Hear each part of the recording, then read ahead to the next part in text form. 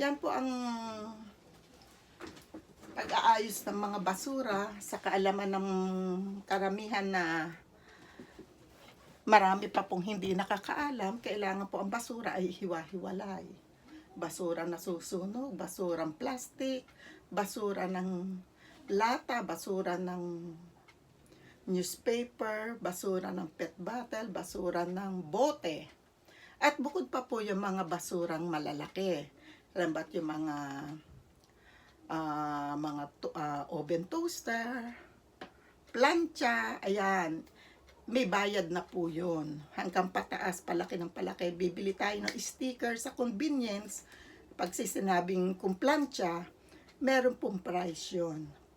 Alam ba't Silya, may sticker po ng Silya.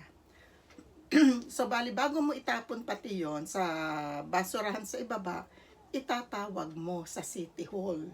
Sa basurahan na City Hall. At ipapipick up mo yon, lalagyan mo ng date, yung sticker i-attach mo sa basura na itatapon mo at lalagyan ng date kung kailan pipick upin yon. Hindi po tayo pwede magtapon ng basta na. Alam ba, TV, radyo, lahat po yan imibayad.